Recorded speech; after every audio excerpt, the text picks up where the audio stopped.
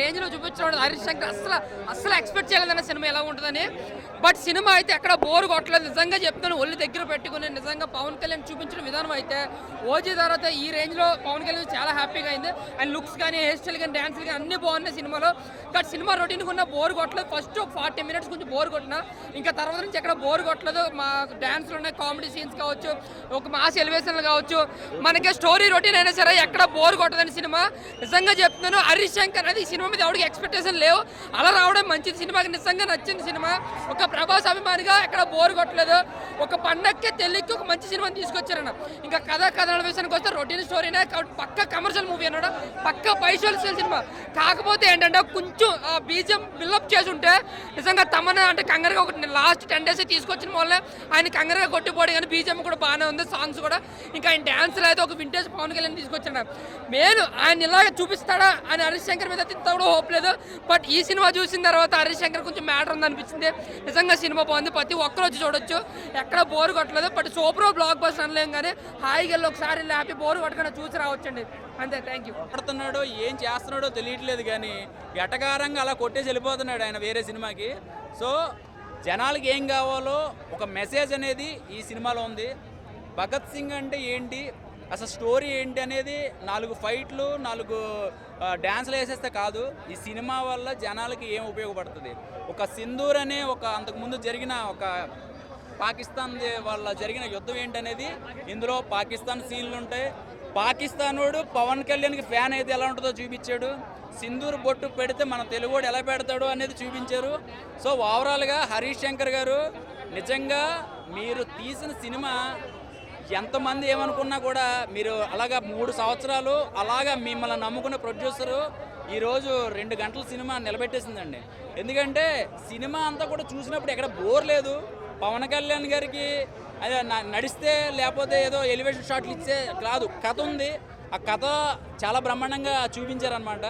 And ఇన్నాళ్ళు చేసిన శ్రీలీల సినిమాల కన్నా ఇప్పుడు శ్రీలీల అయితే మాత్రం ది బెస్ట్ మూవీ అని అనుకోవచ్చు అనమాట.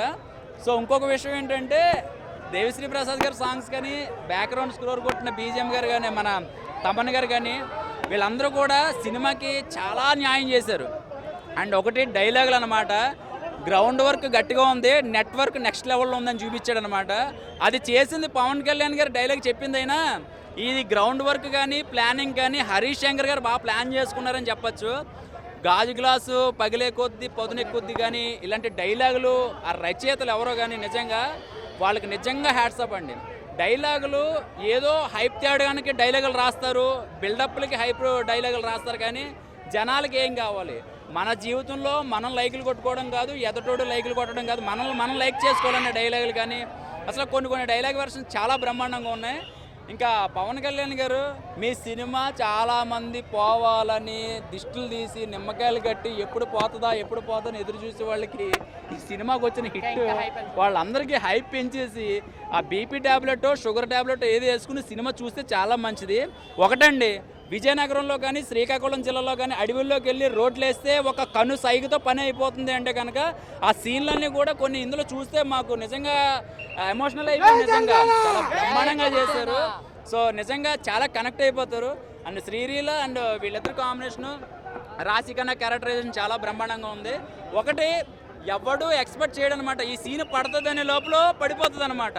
అంటే చాలా సీన్లు మనకు తెలిసిపోతుంది. ఆడియన్స్ ప్రతి ఒక్కరు డైరెక్టర్ అయిపోతున్నాడు, కూర్చుని అందరూ ఈ సీన్ వచ్చేస్తుందని అనుకుంటాం, కానీ ఈ సినిమా చెప్పదు, అది సమాధానం చెప్పదనమాట.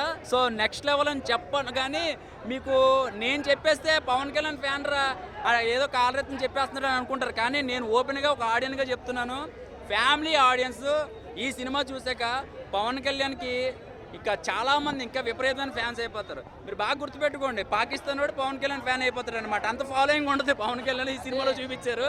సో ఇంకా ఏం చెప్పడానికి ఏం లేదు, చాలా బాగుంది. ఉగాది రోజున ఒక మంచి సినిమా చూసాన్న ఫీలింగ్ ఏదో ఉందన్నమాట.